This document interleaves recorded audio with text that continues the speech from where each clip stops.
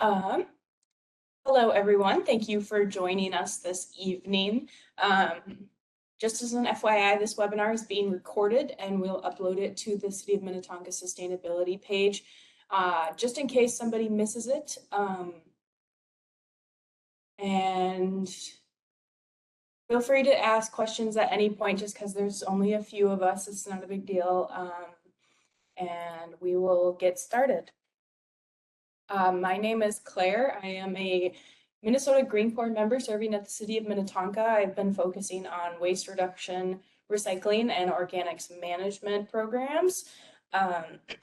We also have Drew here, who is our senior planner, and we have Deb from Republic Services to answer any questions that anyone might have.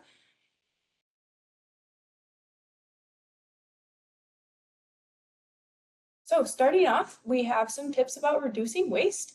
I will be going over recycling and composting later in this presentation, but we also have tips like planning ahead before shopping, finding reusable alternatives, buying used items, buying in bulk, finding package-free or low packaging options, and getting to know your refrigerator a little bit. For example, knowing what items might go bad the fastest and which food items will last the longest, and what areas of the refrigerator are going to be the coldest and warmest. Typically, the door of your refrigerator is the warmest spot, so it's recommended that you don't put any very perishable items right on the door, like milk. It's recommended that you usually just stick to condiments in the door. Anyway, we also have the 7 R's of waste reduction. They are rethink, refuse, reduce, reuse, repair, regift, and recycle. So I am going to be talking about plastic recycling, but first I'd like to do a quick introduction of where plastic comes from. I'll be going through this infographic in detail of the life cycle of plastic. So first, we have oil and natural gas. It's where it's originally produced. They are refined into short molecule chemicals called monomers. And these monomers are ethylene and propylene that are linked together to form long polymer chains. And once these are formed, the hot liquid plastic is cooled and cut into chips or pellets. And those chips and pellets are used to create plastic products. From those plastic products, they are sold to consumers, and then they are disposed of. And there are multiple methods of disposal. Plastic either goes into a landfill, it goes to an incinerator, or it goes back into our environment through littering. And the final option of disposal is recycling. And the plastic is washed and melted back into polymers, or the plastic is chemically processed back into monomers. And from there, the cycle restarts. If they are recovered monomers, they can be made into products such as waxes, lubricants, and fuels, or the cycle starts over and they are turned back into the polymers that are cooled and cut into chips and pellets and made back into plastic products. And so that is the whole life cycle of plastic. The plastic can only be recycled a few times before it is not usable anymore, but that is how the cycle works. And so I will now get into plastic recycling. The main thing to know about plastic recycling is what the numbers on plastic items mean. Those are called resin codes, and they help recyclers and consumers know what type of plastic an item is made of. Doesn't necessarily mean that this item is recyclable in your curbside bin, although it can help you figure out if it can. So I will be going through all of these numbers in detail next. Number 1 is PET or PETE, which stands for polyethylene terephthalate.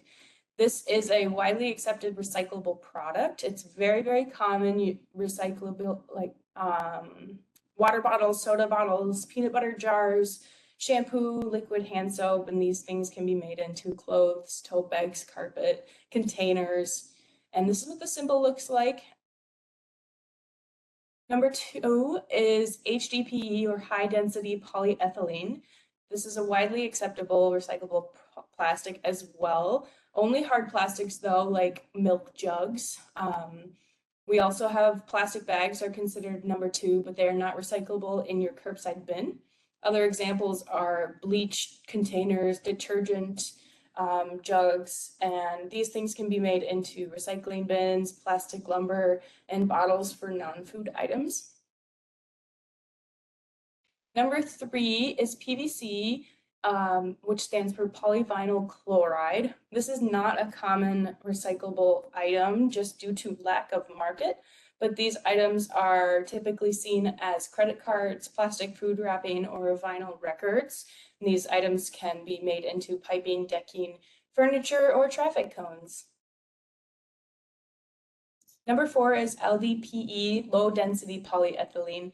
This is not typically accepted as a recyclable product, but it is typically seen as squeezable bottles, flexible lids, and also plastic bags. But again, those are not recyclable in curbside bins. These items can be made into furniture, floor tiles, and paneling. Number 5 is PP, or polypropylene. It is also not commonly recycled, but it depends on your location. These are typically seen as yogurt containers or medicine bottles, and they can be made into things like storage bins, oil funnels, or bike racks. Number 6 is polystyrene. Not commonly recycled because it is very expensive to recycle. These items are 98% air, and it takes very special machinery to condense these products and remove all of the air from them. These are typically seen as takeout containers, single-use cups and utensils. There is a trademark called styrofoam that is insulation. And so polystyrene can be made into insulation, plastic moldings, or thermometers.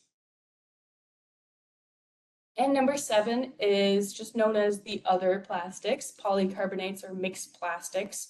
This is not commonly recycled because they are made of a mix of plastics, and not all of those plastics can be recycled, but they are typically seen as electronics, glasses frames, plastic brick toys, and can be made into plastic lumber or bottles.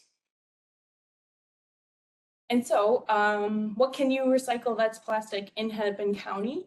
The numbers that you can recycle are 1, 2, and 5 that are clean and have not been had any hazardous chemicals in them. And it's also not black plastic. Black plastic is not allowed because it does not show up on conveyor belts in the facilities that sort the items. The robots that sort items do not see black plastic. They typically are looking for clear items like this, like the milk jugs or clear plastic bottles. So black plastic is not allowed.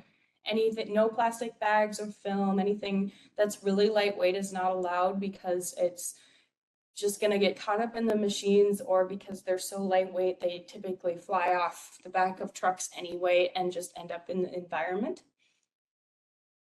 And so continuing on with recycling, what else can be recycled in Hennepin County? The other common items are paper, metal, cartons, and glass. And you can find more information about recycling at hennepin.us/recycling. All of these items must be clean and dry in order to be recycled. Plastic bag and film recycling.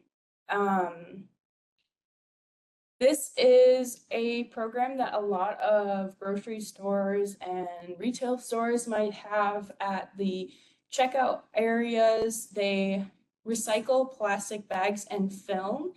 These items can be recycled, just not in our curbside bin because, like I said, they get caught up in machines or fly off trucks and end up in the environment, but they can still technically be recycled, and they are made into outdoor decking and furniture typically. The city has been participating in a Next Trucks program, which is a plastic bag and film recycling program, but that program will be ending on Saturday, August 10th. Plastic bags can also be recycled in Minnetonka at places like Cub Foods, Target, or Lunds and Byerly's. And moving on to organic recycling, also known as composting, there are three main options for organic recycling. There is the curbside pickup, the drop-off locations, or backyard composting.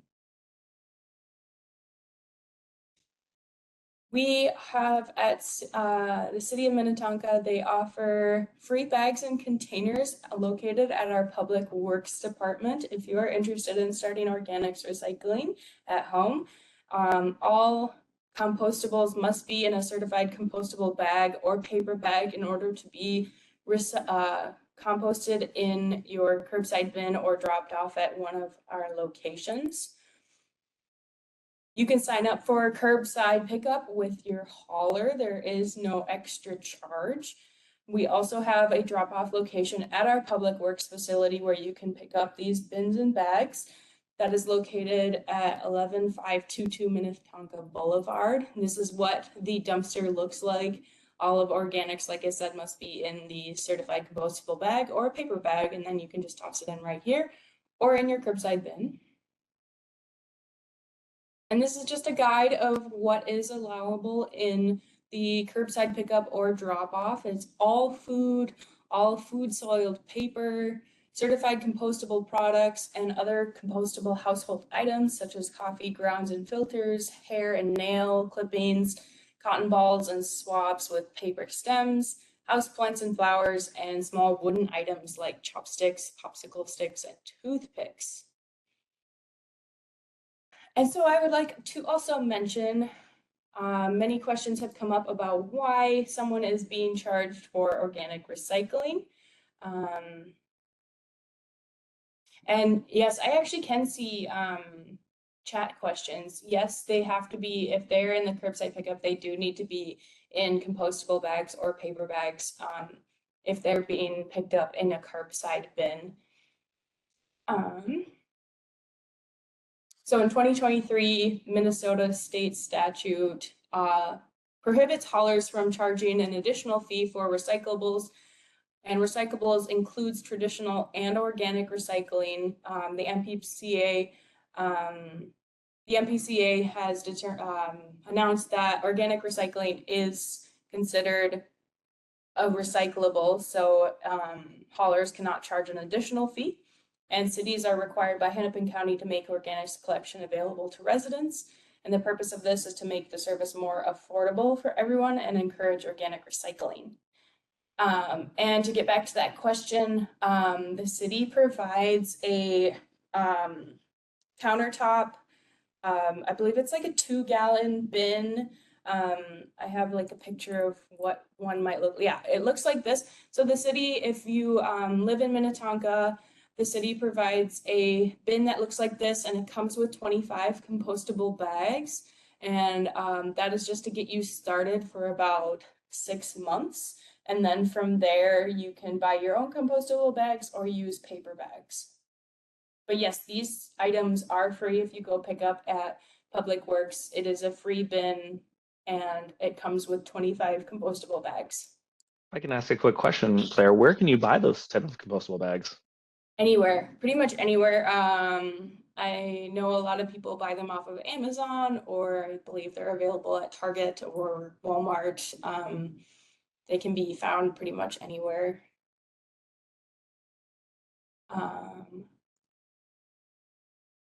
Drew, are you able to unmute Jackie?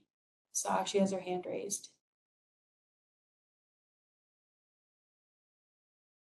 The compostable bags, once you filled one, what does it go into? Oh, once you fill one, they can go into your curbside bin or into the dumpster at Public Works right here. Is there a separate curbside organic bin, or do you put it in? It is a separate bin. You have to contact your hauler and they will provide you with a separate bin. Thank you. Yeah.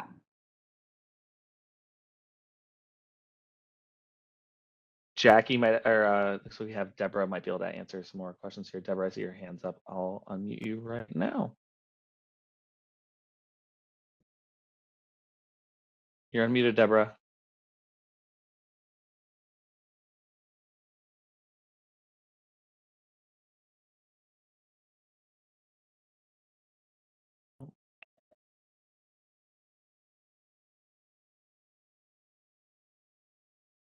I have you unmuted, Deborah. If you can talk, we can see. I think we should be able to hear you right now.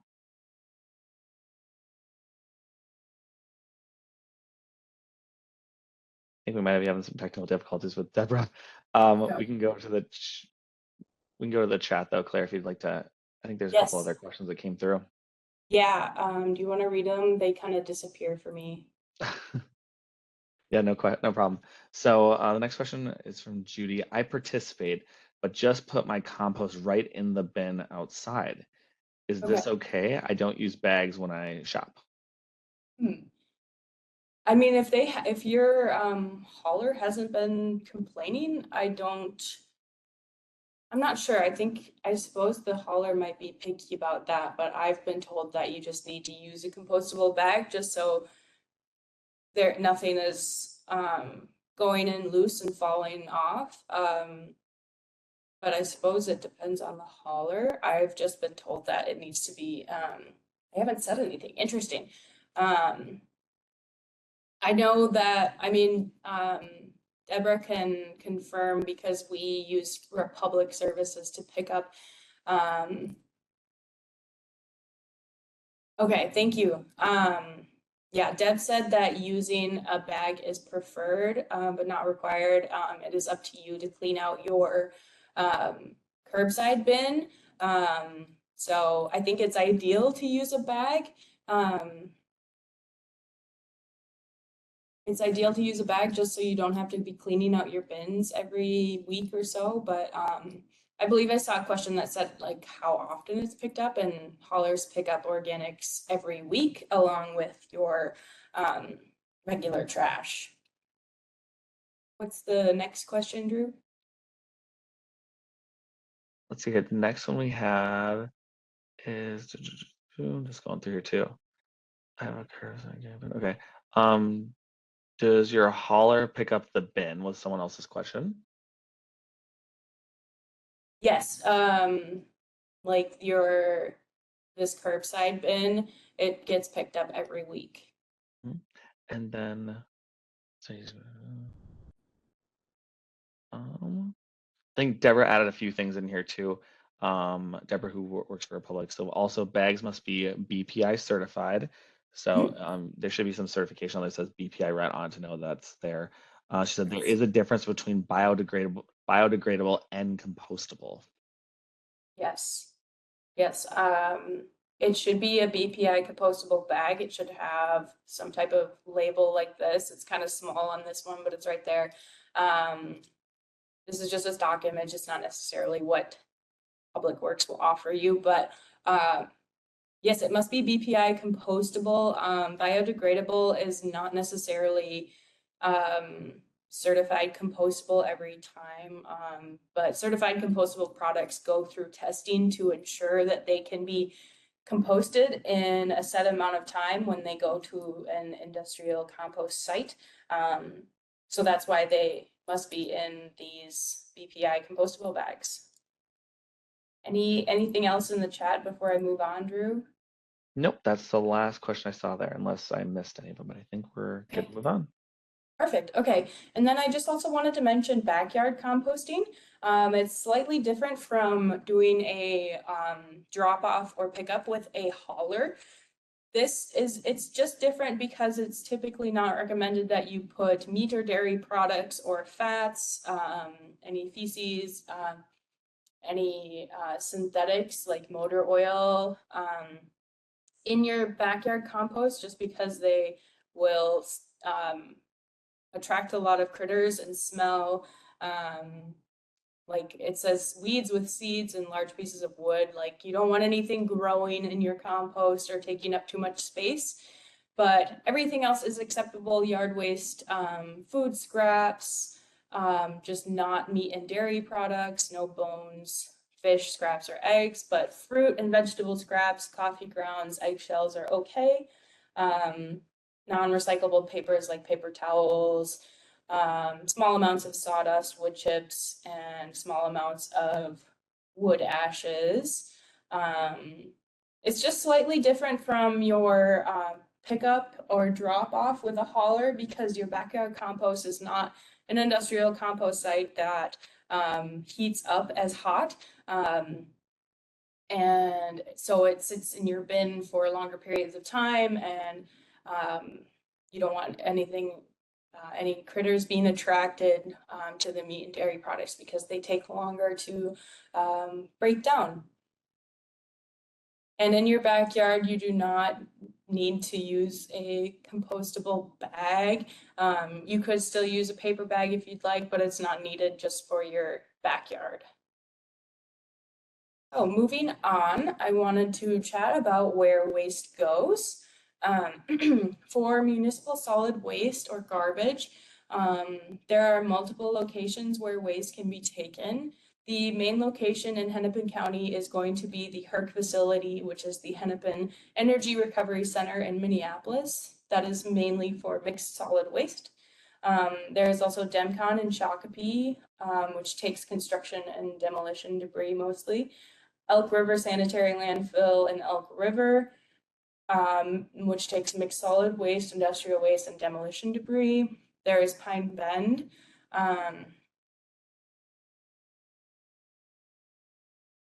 Looks like we have a Yes. question, Claire.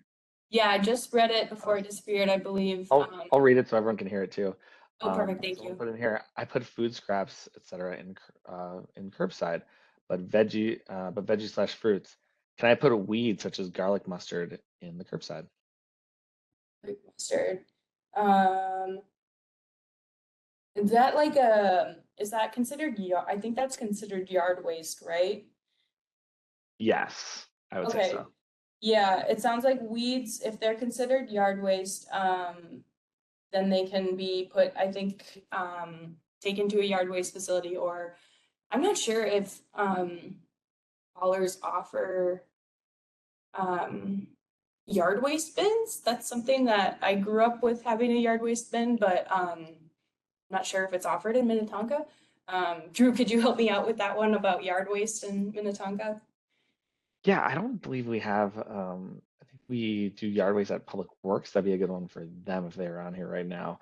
But Yeah, oh, here Deborah followed. And yes, all haulers offer optional yard waste service. So that'd be something thank to get for you. your hauler. Thank you, Deborah. Okay, thank you.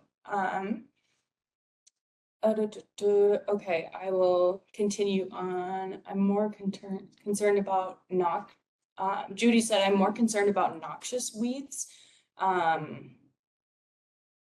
Noxious weeds. Drew, could you help me with that one? No problem. So I would say all of those could go into the yard waste one, like Deborah mentioned here. She said mustard weed is acceptable.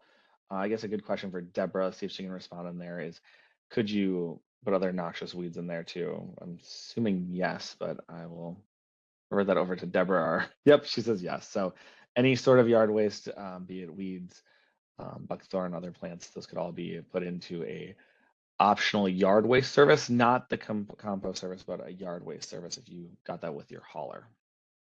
Yes, and then like Drew said, there is yard waste at Public Works, the same location that I've been mentioning on Minnetonka Boulevard, where you can take yard waste as well. And then continuing on with where garbage goes, we have SKB in Rosemount that takes industrial waste or construction and demolition debris. Burnsville Sanitary in Burnsville that takes mixed solid waste, industrial waste, and construction and demolition. For recycling, there are a few main recycling locations in our area. There's Eureka Recycling in Minneapolis. Republic Services takes residential recycling along with Eureka Recycling. They have some locations in Minneapolis and in Big Grove Heights. DEMCON in Shakopee takes wood recycling, shingle recycling, residential and metal recycling. And there's Tennis Recycling in St. Paul Park that takes residential recycling.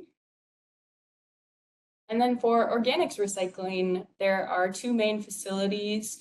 In the Twin Cities, there is the Shakopee, Mdewakan, Sioux Community Organics Recycling Facility in Shakopee, and the Specialized Environmental Technologies, or SET, organic recycling facilities. They have a few locations: Rosemount, Burnsville, Shakopee, and Minnetrista.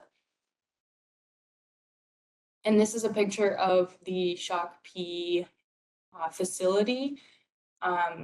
Both of these facilities do aerated static pile composting. So it is all the composting and put into piles that look like this, so little rows. And they have piping that goes through them to aerate all of the piles to speed up the composting process. And all of these compost piles stay very, very hot. So for waste reduction in general, a few things. If you're wondering what more you can be doing, there is the Hennepin County Plastic Free Challenge that takes place every February. It is a virtual challenge where you can join a team and learn how to reduce your plastic consumption through activities and challenges. Similar to the Plastic Free Challenge is the Stop Food Waste Challenge every August. The city of Minnetonka has a team right now where you can, again, it's a virtual challenge where you can learn how to reduce your food waste. And we also have plastic and film recycling. You can take your bags and films to Cub Foods, Target, or Lunds and Byerly's, like I mentioned earlier. Some things that Minnetonka is doing: we have our Climate Action and Adaptation Plan. The goals of this plan are to reduce greenhouse gas emissions by 63% per person by 2030, become net zero by 2050. And some actions are to reduce consumption, reuse, recycle, and compost. Minnetonka also has a Sustainability Commission that meets every other month. You can attend any of these meetings.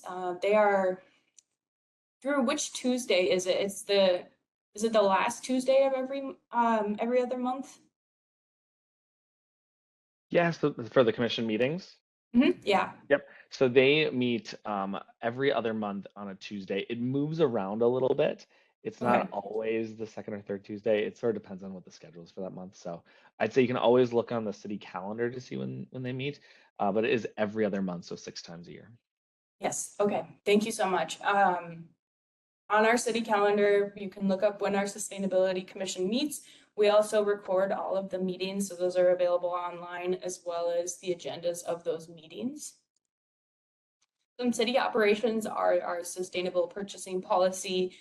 We have 30% recycled copy paper, Energy Star certified equipment and/or appliances, compostable items like cups and paper, or cups and plates and utensils, and we buy our items in bulk. We have compost containers located throughout City Hall and our community center. We have them in our break rooms and in our meeting rooms as well. And this is one that is right at City Hall. Some city initiatives and events. Some city events, we have the special community drop-off day event that happens twice a year in early summer and fall. We had one back in June of this year, and our upcoming event is September 7th. This is where you can dispose of appliances, tires, and large household items. In June, we hosted Better Futures to accept building material donations. They take usable building materials to resell at their reused warehouse. And our hope is that Better Futures can continue attending future special community drop-off day events. I'm not sure if they are attending our September 7th event, but hopefully they can come back for our following spring, early summer event. We also had the city's first reuse swap in May of 2024. This was a swap of clothing, shoes, and accessories. This was a very successful event, so we're hoping that the city could continue with reuse swaps in the future. And some initiatives are the Sustainable Minnetonka Awards. There is a specific award for waste reduction. There are also categories for land, energy, water, and young person awards. Drew, was that all of them? Correct me, I can't remember all of them. You did. I was going through them as you went through, and yep, I think you got them. I think one of them was landscape, which you said land. Landscape, not just land. got it. Okay, thank you. You got them. Yes. Okay, thank you. So if you know somebody you'd like to nominate for one of these awards, you can do so. Check out our website to learn more. We'd love to have people participate in these awards and get more people nominated. And just some other resources I wanted to mention. There is a company called Bridwell that collects hard to recycle items such as plastic film, battery, light bulbs, clothes, styrofoam. The list goes on. You can find out more at bridwell.com. This is a subscription starting at about $14 a month. And it's just a little box that sits on your front step or by your front door that gets picked up. And the company recycles these items for you. We also have Minnetonka Sustainability webpage. That is minnetonkamn.gov/green, and that takes you to our Sustainable Minnetonka website, where we have lots of information about waste reduction or other topics such as the Sustainable Minnetonka Awards or information about renewable energy. We also have the Recycling Exists webpage. This was a website created by Twin Cities counties working together to create a kind of a one-stop location for information about recycling. You can learn more about Minnesota recycling programs and initiatives and specific programs that are in Hennepin County, or if you want to learn more about what other counties are doing, you can learn where all of your recyclables go. And there's also Hennepin County's Green Disposal Guide. This is a really helpful guide. You can just type in whatever you're looking to dispose of into their little search engine, and it tells you how you can recycle an item or dispose of it properly. This is just hennepin.us/green disposal guide. That's all I have. We can take more questions now. If anybody has any questions. Sorry, what, Drew? Oh, I was just gonna say, feel free to raise your hand if anyone has wants to be unmuted and has a question, or you can also enter them in the chat. Oh, I think I just saw Jackie's hand raised. Check to see if Jackie has any questions. I can unmute you, Jackie, if you'd like. Here, I'll see if you had a question. Okay, I'm concerned about the HERC. I'm concerned about the damage it's doing to the people who are living around it and are wondering if there's anything that Minnetonka can do so that we are not burning our garbage in downtown Minneapolis and harming those people's health. Yeah, I can hop in on that one. So that's gonna be a bit more of it's a bit of out of our purview at the city. So that'd be really a county level. That's a county run item. I'd say also that's something that's done with our hauler. So from a city standpoint, the city isn't intimately involved in that. That'd be more a question for probably your hauler or also for the county too. They'd be probably the right people to chat with about that. That feels a little bit like passing the buck. Well, it is a county it's hard to say that because I would say that is a county run project. So when you're looking at different I organizations, understand we that don't have the HERC is a county run project, but if Yeah. people didn't send their trash to the HERC, there wouldn't be anything to burn. And if, in order for the HERC to shut down, each city is going to have to find some other alternative for dealing with their garbage. And that's something that each of the cities is going to have to take responsibility for. The county's not going to do that. Yeah, and I'd say we are focused on a lot of different ways to reduce people's waste. So that's a way to reduce waste going anywhere, be it to a landfill or to the HERC or anywhere else. So I think always looking at different ways that people can reduce their waste is a goal for us. That's what is within the city's control and within, I think, each one of our residents too. Mm-hmm. Thank you. Thank you, Drew. Mhm. Are there any other questions that I might have missed in the chat? I think we had one other question about the HERC. Hopefully we got to that a little bit too. Just so I know that is a big question, a big topic. So hard one for us to really answer too much here as folks that work at the city at the local level. But yeah, hopefully that answered to the question we had in the chat too about the HERC. I think. Feel free to raise hands if anyone else has another question or if they have another any other questions or things they're curious about with waste reduction.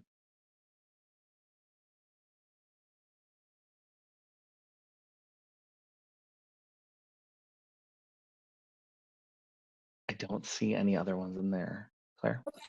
Great. Then we can stop the presentation shortly, but I just wanted to say thank you for everybody who is attending. This webinar will be posted on our website for you to look back at our slides if you'd like. And you can check out our Sustainable Minnetonka webpage. Like I mentioned, it's just minnetonkamn.gov/green for more information. And thank you again for attending.